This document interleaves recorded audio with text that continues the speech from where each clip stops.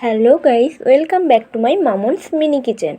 আপনারা ভিডিওটি কেউ স্কিপ করে যাবেন না, শেষ অবধি দেখুন এবং এখনও যারা চ্যানেলটিকে সাবস্ক্রাইব করেনি তারা অবশ্যই সাবস্ক্রাইব করে দেবেন। আপনারা দেখতেই পাচ্ছেন এখানে আমি সজনে পাতা নিয়ে নিচ্ছি। এবার এটি আমি জল দিয়ে পরিষ্কার করে ভালোভাবে ধুয়ে নেব। এবার একটি সসপ্যানে আমি সজনে পাতা দিয়ে দিলাম। এর ওপর আমি কিছুটা জল দিয়ে দিলাম। এবার এটিকে ঢেকে দেব যাতে খুব ভালোভাবে এটি সিদ্ধ হয়ে যায়। সজনে পাতাটি সিদ্ধ হয়ে গেছে। এবার একটি কড়াইতে আমি কিছুটা সরষের তেল দিয়ে দিলাম। এর ওপর চৌকো করে কেটে রাখা পেঁয়াজ দিয়ে দিলাম, কয়েকটা রসুনের কোয়া দিয়ে দিলাম এবং এতে দিয়ে দিলাম দুটি আদার কুচি, কয়েকটি কাঁচা লঙ্কা। এবার সবকিছুকে ভালোভাবে নেড়ে নেড়ে ভেজে নিতে হবে। এবার একটি মিক্সির জারে আমি সিদ্ধ করা সজনে পাতাগুলোকে দিয়ে দিলাম।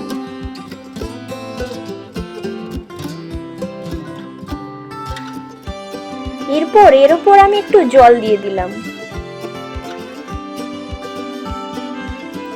এরপর এর উপর দিয়ে দিলাম সামান্য পরিমাণে লবণ। এবার এতে দিয়ে দিলাম ভেজে রাখা পেঁয়াজ, রসুন, আদা।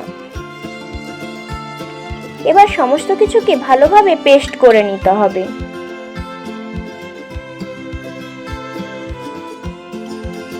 এবার কড়াইতে আবারও কিছুটা সরষের তেল দিয়ে দিলাম।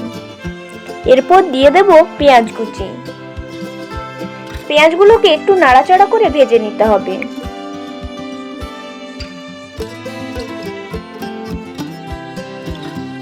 এবার এর উপর দিয়ে দেব পেস্ট করে রাখা সজনে পাতা।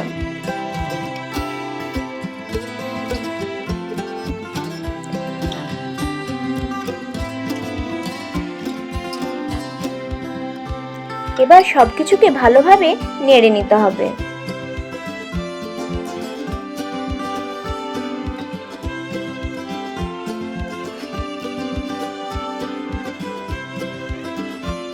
এবার এর উপর ছড়িয়ে দিলাম কিছুটা গোটা জিরে।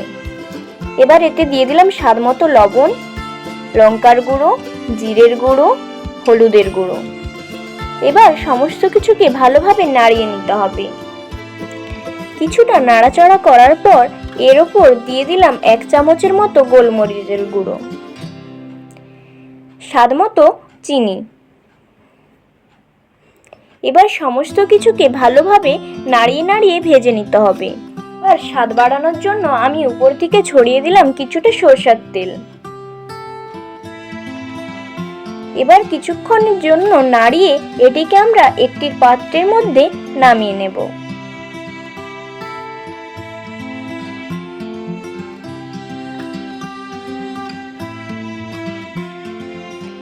ভিডিওটি যদি ভালো লেগে থাকে অবশ্যই একটি লাইক, কমেন্ট এবং শেয়ার করবেন।